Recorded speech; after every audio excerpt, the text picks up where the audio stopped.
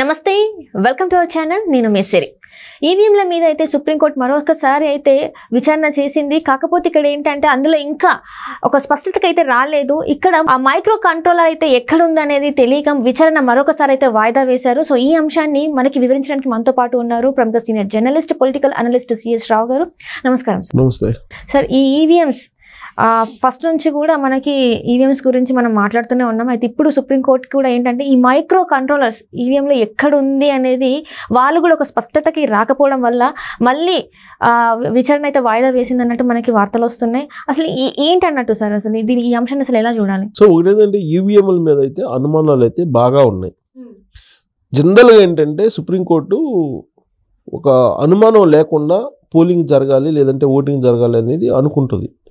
ఎవరైనా అనుకుంటారు, అది ఒక సుప్రీంకోర్టే కాదు, ఎవరైనా అనుకుంటారు.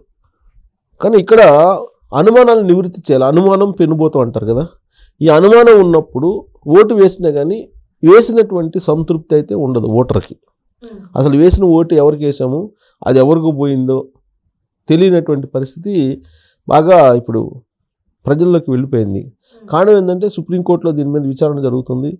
ప్లస్ ప్రతిపక్షాలు కూడా నరేంద్ర మోడీకి ఈవీఎంలు ఉంటే చాలు ఆయనే ప్రధానమంత్రి అవుతుంటాడు అనేటువంటి కామెంట్లు కూడా ఉన్నాయి.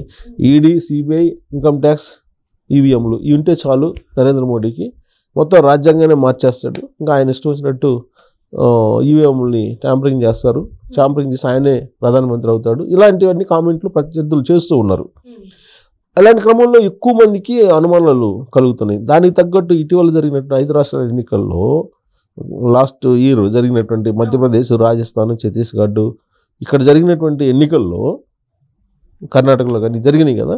ఈ ఎన్నికల్లో ఎస్పెషల్లీ మధ్యప్రదేశ్ అలాగే ఛత్తీస్గఢ్ అక్కడ జరిగినటువంటి ఎన్నికలు దానికి వచ్చినటువంటి ఫలితాలని కొంత విశ్లేషణ చేసుకుంటే ఈవీఎంల ట్యాంపరింగ్ జరిగింది అనేటువంటి ఒక అభిప్రాయాన్ని ప్రత్యర్థి పార్టీలు తీసుకొచ్చారు. దాంతో ప్రజలు కూడా నమ్మేటువంటి పరిస్థితి ఏర్పడింది. సో కాబట్టి ఇప్పుడు ఈవీఎంల మీద స్పష్టత ఇవ్వాల్సినటువంటి అవసరం ఎవరికి వచ్చింది?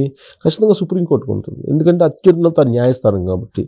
దానికి ఒక పిటిషన్ వేశారు, ADR, association for democratic reforms. అది ఒక పిటిషన్ వేశారు. పిటిషన్ వేసిన సందర్భంగా పిటిషన్ చర్చకు వచ్చింది. అది వాద ప్రతివాదనలు ఉంది. ఇప్పటికే 3-4 సార్లు వాయిదా వేశారు. చాలా కాలంగా జరుగుతూ ఉంది. యాక్చువల్గా బుధవారం రోజు ఫైనల్ తీర్పు ఇస్తారని చెప్పేసి అనుకున్నారు. దాన్ని 29వ తారీఖుకి వాయిదా వేశారు. ఆల్రెడీ ఇప్పుడు ఎన్నికలు జరుగుతున్నాయి. ఈ ఎన్నికల్లోనే మీరు ఈవీఎంలు వాడకుండా ప్రత్యామ్నాయ మార్గాలు చూపించండి, ఈవీఎంల మీద మాకు నమ్మకం లేదని చెప్పి ఏడీఆర్ వేసినటువంటి పిటిషన్ యొక్క సారాంశం. కానీ ఫస్ట్ ఫేజ్ అయిపోయింది, సెకండ్ ఫేజ్ కూడా అయిపోతుంది, థర్డ్ ఫేజ్ వస్తుంది, ఫోర్త్ ఫేజ్ వస్తుంది, మొత్తం ఎలక్షన్ ప్రాసెస్ జరిగిపోతుంది. జరిగిపోతున్నప్పుడు ఇంకా తీర్పును రిజర్వ్ పెట్టిన సుప్రీంకోర్టు అనేది ఆసక్తికరమైనటువంటి అంశం. సరే, వాదనలు ఏంటి అసలు? ఏడీఆర్ వాదన ఏంటి, లేదా ఎలక్షన్ కమిషన్ వాదన ఏంటి? అసలు మైక్రో కంట్రోల్ ఎక్కడ ఉంటుంది ఈవీఎంల్లో, ఎలక్ట్రానిక్ ఓటింగ్ మిషన్లో అసలు మైక్రో కంట్రోల్ ఎక్కడ ఉంటుంది? మైక్రో కంట్రోల్ ఈవీవీ ప్యాడ్ దగ్గర ఉంటుందా, లేదంటే ఈవీఎంల దగ్గర ఉంటుందా, ఎక్కడ పెడతారు, దాని ఆపరేషన్ ఎలా జరుగుతుంది, వీటన్నిటి మీద డౌట్ ఉంది. దాని మీద ఎన్నికల కమిషన్, కేంద్ర ఎన్నికల కమిషన్కి నోటీసులు పంపించింది సుప్రీంకోర్టు. ఇవాళ కేంద్ర ఎన్నికల కమిషన్ నోటీసులు పంపించి మీరు ఇమీడియట్గా దీని మీద మాకు క్లారిఫికేషన్ ఇవ్వాలి అని చెప్పి ఎలక్షన్ కమిషన్కి ఒక నోటీసులు పంపించారు. సో ఎలక్షన్ కమిషన్ బహుశా నేను అనుకోవటం అంటే యాక్చువల్గా బుధవారం 3 గంటలకల్లా ఇవ్వమంది సుప్రీంకోర్టు. బహుశా అంత తొందరగా ఇచ్చేటువంటి అవకాశం లేదు అని చెప్పే అవకాశం ఉంది. అందుకే 29వ తారీఖు వాయిదా వేశారు. సో మొత్తం మీద ఏంటి, ఎలక్షన్ కమిషన్కి అయితే నోటీసులు ఇచ్చింది సుప్రీంకోర్టు. సుప్రీంకోర్టుకు నోటీసులు ఇచ్చినటువంటి ఎలక్షన్ కమిషన్ నోటీసులు ఇచ్చిన క్రమంలో ఒక పెద్ద చర్చనీయాంశంగా మారింది ఇప్పుడు ఈ ఇష్యూ, అంటే ఈ ఈవీఎంల ఇష్యూ. ఎందుకు మారిందని అంటే ఇప్పుడు ఏడీఆర్ ఏమడుగుతుంది, మీరు ఈవీఎంలు పెట్టారు బాగానే ఉంది, ఈవీఎంలు ట్యాంపరింగ్ అవుతున్నాయి అనే అనుమానం ఉంది, కాబట్టి మీరు లెక్కేసేటప్పుడు వీవీప్యాట్లను లెక్కేయండి అని అడుగుతున్నారు. ఇప్పుడు ఏం జరుగుతుంది యాజ్ ఆఫ్ నవ్ అంటే, మామూలుగా మొత్తం ఈవీఎంలో ఓటింగ్ జరిగిన తర్వాత ర్యాండమ్గా ఒక 4, 5, 3 చేస్తున్నారు. ఏది కొన్ని 4, 5 పోలింగ్ బూతుల్లో చేస్తున్నారు చెక్కింగ్. ఇది వీవీప్యాట్లలో ఎన్ని ఉన్నాయి, అలాగే ఈవీఎంల్లో ఎన్ని ఉన్నాయి ఈవీఎంల్లో ఏ పార్టీకి ఎన్ని ఓట్లు పడ్డాయి, వీవీప్యాడ్లు ఏ పార్టీకి ఎన్ని వచ్చాయి అనే దాని మీద ఒక ర్యాండమ్గా ప్రతి నియోజకవర్గంలో ఒక 3-4 చోట్ల చేస్తున్నారు. అలా కాకుండా అసలు మీకు వీవీప్యాడ్లో లెక్కేసినందువల్ల మీకు వచ్చే నష్టం ఏందని అడుగుతున్నారు. ఏడీఆర్ వేసినటువంటి పిటిషన్లో సుప్రీంకోర్టు అడుగుతున్నారు, మీకు ఇది మొత్తం వీవీప్యాడ్లు లెక్కేయచ్చు కదా ఈవీఎంలు కాకుండా అనేది ఒకటి. కానీ వీళ్ళు చెప్పేది ఏంది, ఎలక్షన్ కమిషన్ చెప్పేది ఏంటి, అవి చాలా పలసంగా ఉంటాయి పేపర్లు, కాబట్టి కౌంటింగ్ అనేది చాలా లేట్ అవుతుంది, అసలు దీని మీద అనుమానమే కానీ ఈవీఎంల మీద అలాంటి ఏమి తప్పు ఉండదు, సో మీరు నమ్మాలి, సో దీంట్లో ఏ మ్యానిపులేషన్ ఉండదు అని చెప్పి వాళ్ళు చెప్తున్నారు.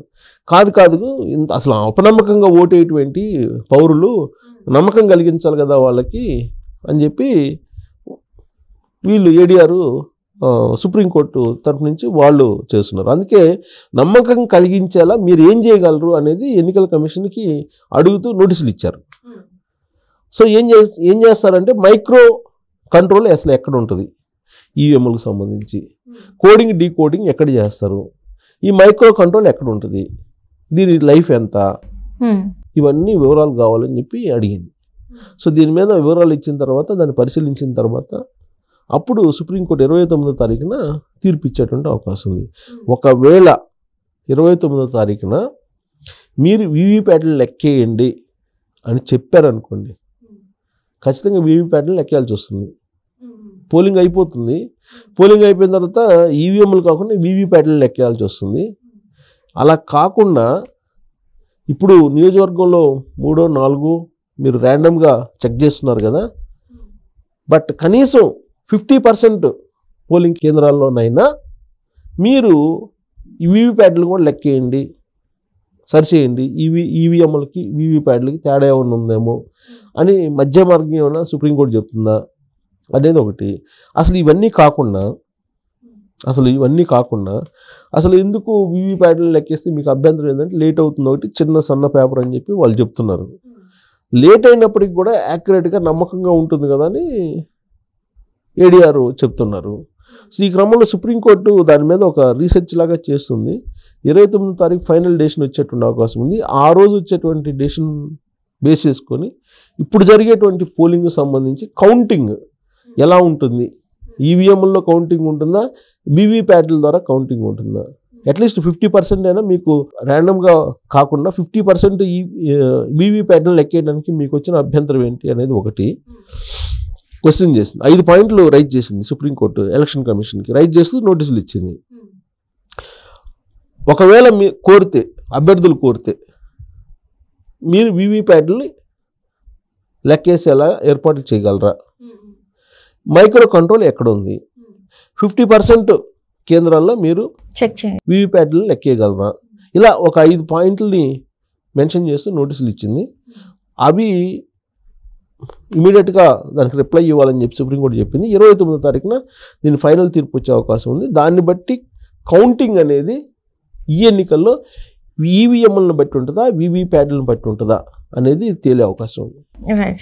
Right thank you so much. Thank you.